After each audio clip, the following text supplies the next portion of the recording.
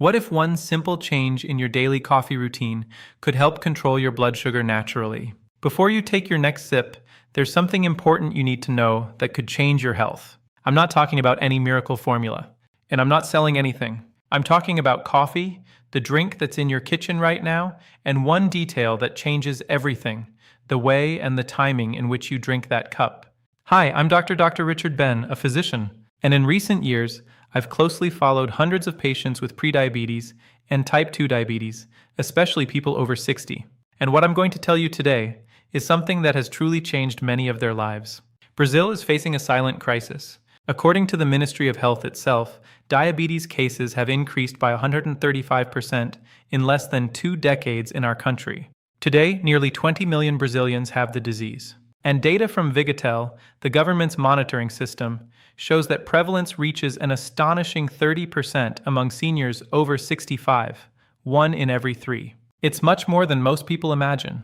And what worries me most in my daily practice is not just those who already have the diagnosis, but the huge group of people who are right on the edge with high glucose levels, with that unexplained fatigue after lunch, with that constant thirst that doesn't go away, and who haven't yet been diagnosed, or who have but don't know what to do beyond taking medication and waiting. Stay with me until the end of this video, because I'm going to show you how a small adjustment, which costs nothing, can make a huge difference in controlling your glucose. But first, I need to tell you something that most people don't know about coffee. Imagine your pancreas as a small factory that produces insulin, the hormone responsible for opening the doors of your cells so that glucose can enter and be turned into energy.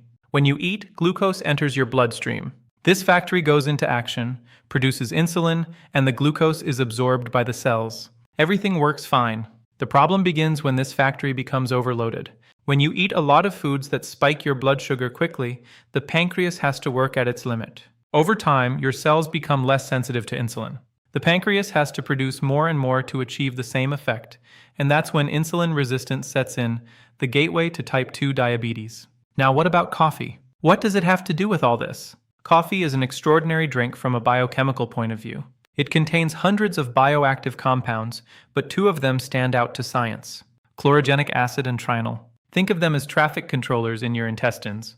When you drink coffee before eating, these compounds make the absorption of sugar from food slower and more controlled. Instead of a surge of glucose entering your bloodstream all at once, you get a smooth flow that your pancreas can manage without stress. A study published in Diabetes Care, conducted by researchers from the Harvard School of Public Health, analyzed data from more than 1 million people and reached a conclusion that really impressed me when I first read it. Regular coffee consumption is associated with a significant reduction in the risk of developing type 2 diabetes. And it's not a small effect. The risk decreases in a dose-dependent way. The more cups per day within a reasonable limit, the lower the risk of developing the disease. Then in 2018, researchers from the Karolinska Institute in Sweden, one of the most respected medical institutions in the world, reviewed 30 different studies covering nearly 1.2 million participants and confirmed coffee consumption, both regular and decaffeinated, is associated with about a 30% reduction in the risk of developing type 2 diabetes. But here's the point that almost no one talks about. These benefits depend on how you drink coffee, because the wrong coffee at the wrong time and the wrong way can work against you. And that's exactly what I see happening in my practice far too often. Let me tell you about Mr. Arnaldo, 72 years old, retired, a man of habits. He had been drinking coffee since he was 17 and was proud of it. But when he came to my office, his fasting glucose was 138 and his HbA1c, which reflects the average blood sugar over the last 3 months, was 7.1% above the desired level. He told me, "Doctor, I do everything right. I drink coffee every day. I walk 3 times a week." So I asked him to walk me through his coffee routine in detail. And that's when I discovered the problem. Every day, as soon as he woke up, before eating anything, he would drink a large cup of strong black coffee. Then, he would have another one at 300 p.m., with a sweet biscuit, and sometimes a third before bed, because he thought it helped him relax. 3 classic mistakes that I'm going to explain to you now. Mistake number 1, drinking coffee on an empty stomach right after waking up. This is the most common one, and the one that causes the most harm. When you wake up after a whole night of fasting, your body already has elevated cortisol levels, which is the stress hormone, the same one your adrenal glands produce when you're in an urgent situation. Cortisol already signals your liver to release glucose into the bloodstream so you have energy to start the day. It's a normal survival mechanism. The problem is that caffeine amplifies this effect. It further stimulates the adrenal glands, releases more adrenaline, and the liver responds by releasing even more glucose into the blood. And you haven't eaten anything yet. The result? You haven't even taken a bite of food, and your glucose has already risen between 20 and 40 milligrams per deciliter. I've seen lab results that confirm this in patients who continuously monitor their glucose. A study published in the British Journal of Nutrition confirmed this effect. Drinking black coffee on an empty stomach after a night of sleep can significantly increase blood glucose levels in the morning. Mistake number 2, coffee with sugar, artificial sweetener, or cream. It may seem harmless, but it's not. A spoonful of sugar in coffee causes an immediate spike in glucose and cancels out the benefits of the chlorogenic acid you just consumed. It's like starting a fire and pouring gasoline on it at the same time. And artificial sweeteners. Many people think they're the perfect solution, but recent research, including a study published in the scientific journal Nutrition in 2021, suggests that artificial sweeteners like aspartame and sucralose can alter the gut microbiota, the set of bacteria that live in your intestines and play a key role in glucose metabolism in ways that can harm long-term blood sugar control. And there's an important piece of data released in January 2025, published in the American Journal of Clinical Nutrition by the Harvard School of Public Health, analyzing 3 large American cohorts. Coffee without any additives was associated with a 10% reduction in diabetes risk for each additional cup per day. However, when coffee was consumed with sugar, this protective effect decreased significantly. Translated into practical advice: remove sugar from your coffee. It sounds simple, but it's powerful. Mistake number 3, drinking coffee in the late afternoon or at night. Caffeine has a half-life of 5 to 6 hours in the body. This means that if you drink coffee at 3 p.m., a half of that caffeine is still circulating in your body at 8 p.m. It keeps cortisol levels elevated, interferes with deep sleep, and it's during quality sleep that the body regulates part of glucose metabolism. Poor sleep equals uncontrolled glucose. It's a vicious cycle. When I explained all this to Mr. Arnaldo, and we adjusted his coffee routine together, in 8 weeks his fasting glucose dropped from 138 to 112. His HbA1c went from 7.1% to 6.6%, without changing medication, without a radical diet, without going to the gym, just by adjusting his coffee habits. Now, I'm going to tell you how you should drink coffee to make the most of the benefits that science has already proven. But first, I need to ask you something. If this content is helping you, give it a like and subscribe to the channel if you haven't already. I have much more content like this that can transform your health in the upcoming videos. And tell me in the comments where you're watching from. I love knowing which part of Brazil my content is reaching. Back to our topic, the right coffee at the right time. First golden moment, breakfast, but not the very first thing in the morning. When you wake up, first drink a glass of water. Wait between 30 and 60 minutes. Eat something that contains protein. Scrambled eggs, a piece of cheese, plain unsweetened yogurt, any source of protein. Only then drink your coffee, and drink it plain without sugar or sweetener. Why protein first? Because protein buffers the impact of caffeine on cortisol. It provides amino acids that the liver uses more efficiently.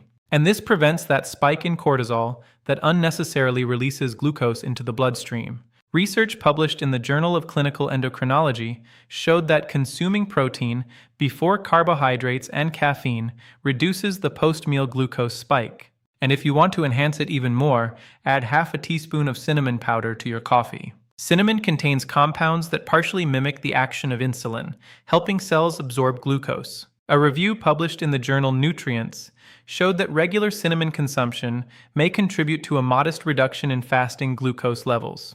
It's not medicine, but it's an ally. Second moment, coffee before lunch. This is a secret that few people know. About 20 to 30 minutes before your main meal, drink a small cup of plain black coffee without sugar.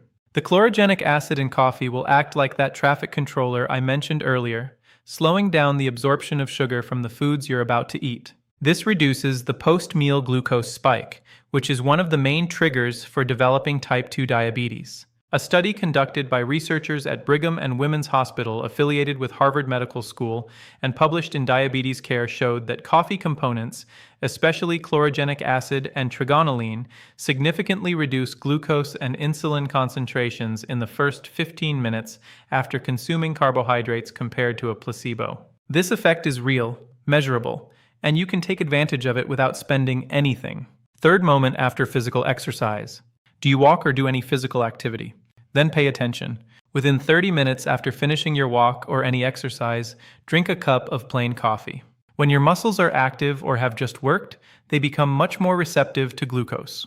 They act like a sponge, absorbing sugar from the blood to use as energy. Caffeine at this moment enhances this effect, helping muscles absorb glucose even more efficiently. It's a metabolic window of opportunity that most people miss. As for the total amount of coffee per day, the World Health Organization, along with most medical guidelines, considers that consuming up to 4 or 5 small cups of coffee per day within a healthy pattern is safe for most adults. The Karolinska Institute, in the review of 30 studies I mentioned, found that this amount falls within the range of protective benefits against diabetes, but each person is different. If you feel palpitations, anxiety, tremors, or insomnia from coffee, it may be that your caffeine metabolism is slower, which is genetically determined. In that case, reduce it to 2 cups per day, or choose a quality decaffeinated option, which also contains chlorogenic acid and retains many of the benefits. Here's a story I need to tell you. Donnelly, 68 years old, a retired teacher, came to my clinic with type 2 diabetes, diagnosed 3 years earlier using metformin with glucose still difficult to control. She was the type of patient who followed everything correctly, took her medication, reduced rice, but her HbA1c stubbornly stayed above 7.5%. When I discussed her routine, I discovered that she drank sweetened coffee with milk in the morning, coffee with sweet biscuits in the afternoon, and had practically stopped moving because her legs felt heavy. Together, we created a simple plan. Breakfast. Wait 45 minutes after waking up, eat a boiled egg, then have plain coffee with cinnamon. Pre-lunch coffee, a small cup 20 minutes before eating. A 25-minute walk in the afternoon 3 times a week, and a coffee right after. We eliminated the sweetened afternoon coffee and the biscuits. 6 weeks later, she returned to the clinic with a smile I will never forget. Her HbA1c had dropped from 7.5% to 6.8%. Her fasting glucose was 109. She told me, "Doctor, I woke up with energy for the first time in years." I didn't change her medication. I changed her relationship with coffee. But now I need to warn you about something important that may be sabotaging you without you realizing it. Coffee has invisible enemies that destroy all the benefits I've just described. I'll list the main ones. Enemy number 1, sugar of any kind. Refined brown Demerara honey. Anything sweet added to coffee creates an immediate glucose spike that cancels the protective effect of chlorogenic acid. The 2025 Harvard research made this very clear. Coffee with sugar has reduced protection against diabetes. Enemy number 2, artificial sweeteners. As I explained earlier, there is growing evidence that aspartame and sucralose disrupt the balance of the gut microbiota, which is essential for healthy glucose metabolism. If you need to sweeten it, try natural stevia, which so far has not shown the same negative effects in available research. Enemy number 3, industrialized instant coffee, the kind that comes in sachets. These products often contain hidden sugar, hydrogenated fats, and additives that compromise nutritional quality. Prioritize natural ground coffee, 100% Arabica, freshly brewed. Enemy number 4, coffee paired with ultra-processed foods, white bread, filled cookies, industrial cakes. When you combine coffee with these foods, the glucose spike from refined carbohydrates is so high that no amount of chlorogenic acid can compensate. And finally, I'll tell you about what I call the protection triad, because coffee works even better when it's part of a context of healthy habits. First element, smart coffee, the way I taught you at the right time without sugar, maximizing the benefits of chlorogenic acid. Second element, movement. You don't need to go to a gym. 30 minutes of moderate paced walking 3 to 5 times a week is enough to dramatically improve insulin sensitivity. Moving muscles act like drains, pulling glucose out of the blood independently of insulin. This has been confirmed by so many studies that it would be impossible to list them all here. Third element, adequate protein intake in meals. Protein is the macronutrient that has the least impact on glucose, promotes satiety, and protects muscle mass, which is the body's largest consumer of glucose. After the age of 60, protein needs increase because the body becomes less efficient at using it. Eggs, chicken, fish, beans, cheese, and plain yogurt include a source of protein in each main meal. When these three elements work together, the effects multiply. Coffee improves insulin sensitivity. Exercise increases glucose uptake by muscles, and protein stabilizes post-meal glucose spikes. It's a powerful combination that doesn't cost much and doesn't require any special product. But I need to be honest with you about one thing. Everything I've described here are complementary lifestyle strategies based on solid scientific evidence. They can help a lot, but they do not replace medical evaluation and follow-up. If you already have diagnosed diabetes and use medication, never change the dosage or stop taking it on your own. Ideally, you should take this information to your doctor, discuss it together, and make adjustments with professional guidance. Now let me ask you a question. Do you have a family member, a father, mother, sibling, or close friend who struggles with high blood sugar or already has diabetes? Share this video with that person now. You might be giving them information that could change something in their life. Quality information based on science is one of the greatest gifts we can give to those we love. I want to leave you with a thought I've carried with me for years in medicine. Your body is not your enemy. Your body is constantly trying to balance itself, heal, and adapt. When glucose rises, when fatigue doesn't go away, when your legs swell, these are signals. They are cries for help from your body, and often what it's asking for is not a new pill. Sometimes it's a small change, like the time you drink a cup of coffee. Health doesn't live in the pharmacy. It lives in daily habits. In the next video, I'll show you the 5 foods that people with prediabetes need to eliminate from their diet as soon as possible, because these foods silently inflame glucose levels, and most people have no idea. Make sure to turn on notifications so you don't miss it. I'm Dr. Richard Ben, and it's been a great pleasure being here with you. Take good care of yourself, and take good care of those you love. Your health is shaped by the small choices you make every day, so make them count. Start with one simple change today, and your future yourself will thank you. I will see you in the next video. Thank you.